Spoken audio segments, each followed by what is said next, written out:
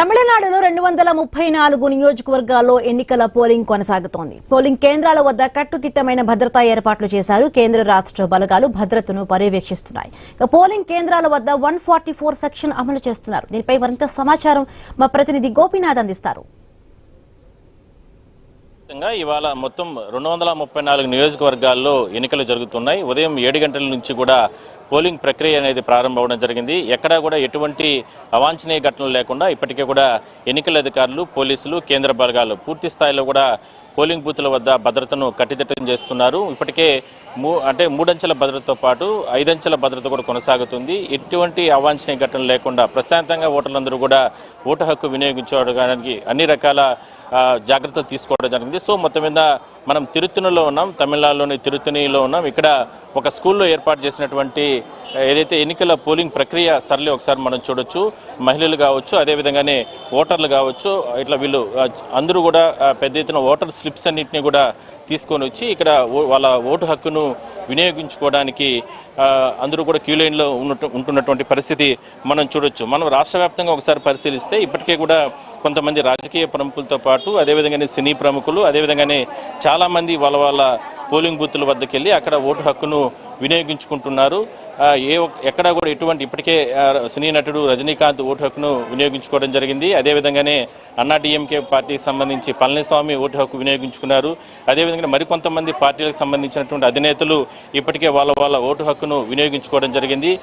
ఎక్కడా కూడా ఎటువంటి అవాంఛనీయ ఘటనలు లేకుండా, ఎందుకంటే ఇప్పటికే అత్యంత సమస్యాత్మక ప్రాంతాల్లో కట్టుదిట్టమైన భద్రతా చర్యలు తీసుకుంటున్నటువంటి నేపథ్యంలో మనం చూడొచ్చు. ఇక్కడ కూడా పోలీసులకు సంబంధించి పూర్తి స్థాయిలో కూడా వాళ్ళ కంట్రోల్లో తీసుకోవడం జరిగింది. ఎక్కడ కూడా పోలింగ్ బూతుల వద్ద కానీ, అదేవిధంగానే పైన ఒకసారి మనం చూస్తే ఇక్కడ పోలింగ్ బూత్ వద్ద ఎప్పటికప్పుడు సీసీటీవీస్ లైవ్ టెలికాస్ట్ ఎప్పటికప్పుడు నిరంతరం జరుగుతూ ఉంటుంది. దానికి సంబంధించినటువంటి ఏర్పాట్లు కూడా ఇక్కడ మనం చూడొచ్చు. చాలా జాగ్రత్తలు తీసుకొని ఎప్పటికప్పుడు వెబ్ కాస్టింగ్ ద్వారా ఎక్కడెక్కడ ఏ ప్రాంతాల్లో పోలింగ్ బూతుల వద్ద ఈ చర్యలు ఎలా ఉంటున్నాయి, ఏంటి, అక్కడ ఓటర్ల సరళి ఏంటి, అదేవిధంగానే ఓటర్లను భయభ్రాంతులకు గురి చేసే రకంగా ఎవరైనా సరే వ్యవహరిస్తున్నారో ఇట్లా అన్ని కోణాల్లో కూడా ఇప్పటికే ఏదైతే అధికారులు అన్ని రకాల ఏర్పాట్లు చేయడం జరిగింది. ఒకవైపు మహిళలకు సంబంధించినటువంటి ఓటర్ స్లిప్స్ మనం ఒకసారి చూడొచ్చు.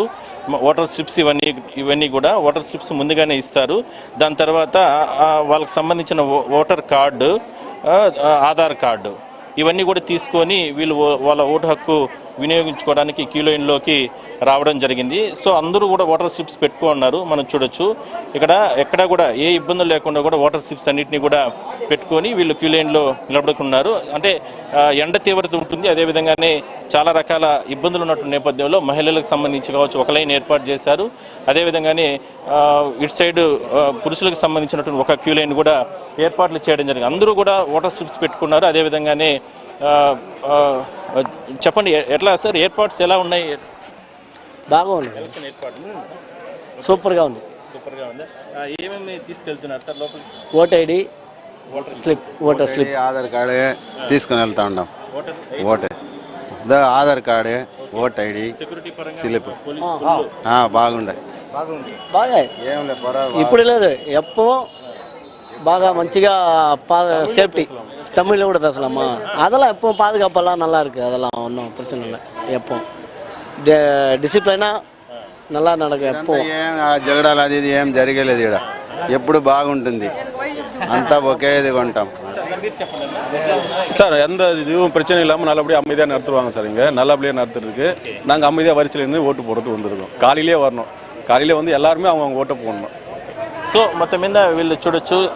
అంటే ప్రతిసారి కూడా ఎలక్షన్స్ జరిగే సందర్భంలో ఎటువంటి ఇబ్బందులు లేకుండా కూడా ఇక్కడంతా కూడా ఎన్నికలకు సంబంధించినటువంటి సరళి జరుగుతూ ఉంటుంది అంటున్నారు. ఇప్పటికే ఒకవైపు రాష్ట్ర వ్యాప్తంగా చూస్తే ఏ ఒక్క అవాంఛనీయ ఘటనలు లేకుండా కూడా ఇప్పటికే కూడా పోలీసులు అన్ని రకాల చర్యలు తీసుకోవడం జరిగింది. ఇటు సైడ్ కూడా ఒకసారి మనం చూస్తే ఇక్కడ ప్రతి పోలింగ్ బూత్ వద్ద కూడా ఈ రకమైనటువంటి లైవ్ టెలికాస్టింగ్ ఎప్పటికప్పుడు ఉన్నతాధికారులు చూస్తూ ఉంటారు. అదేవిధంగానే పోలింగ్ బూతుల వద్ద కూడా ఒకసారి మనం లోపలికల్లా కూడా చూస్తే పూర్తి స్థాయిలో కూడా ఎప్పటికప్పుడు అధికారులు కావచ్చు, అధికార యంత్రాంగం అంతా కూడా చాలా నీట్గా ఏర్పాట్లన్నింటినీ కూడా చేయడం జరిగింది.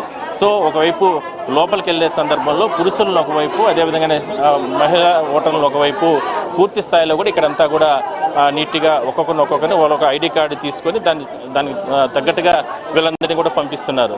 సో మొత్తం మీద ఇది పరిస్థితి. మొత్తం 234 నియోజకవర్గాలకు సంబంధించి కూడా ఇప్పటికే చాలా ప్రాంతాల్లో చిన్న చిన్న ఘటనలు తప్ప అంతా కూడా, ఎందుకంటే ఉదయం 7 గంటలకు ఈ పోలింగ్ ప్రక్రియ ప్రారంభమయ్యే సందర్భంలో అంటే స్టార్టింగ్లో ఒక 15 నిమిషాలు 20 నిమిషాల వరకు కూడా కొన్ని చోట్ల మాత్రమే అంటే పోలింగ్ బూత్లకు సంబంధించి అక్కడ ఈవీఎంస్ అనేది కాస్త అంటే టెక్నికల్ ఇష్యూస్ వచ్చిన కారణంగా కొంచెం ఇబ్బందులు అనేది ఎదుర్కోవడం జరిగింది. వెంటనే అప్రమత్తమైన అధికారులు టెక్నికల్ టీమ్స్ ద్వారా వాటన్నిటిని కూడా సరిచేసే ప్రయత్నం చేస్తారంటే కూడా అధికార యంత్రాంగం కూడా చెప్పడం జరిగింది. సో మొత్తం మీద ఇప్పటి వరకు కూడా ఉన్నటువంటి సమాచారం ప్రకారం అన్ని చోట్ల కూడా ప్రశాంతంగానే పోలింగ్ ప్రక్రియ అనేది కొనసాగుతుంది.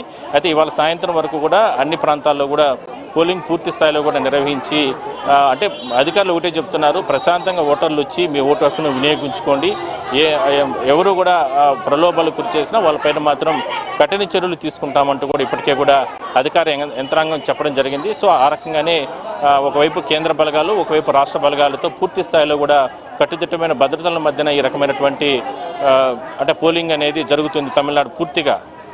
వీడియో జర్నలిస్ట్ రాజేష్తో కలిసి గోపినాథ్, ఐ న్యూస్, తిరుత్తూరు నుంచి.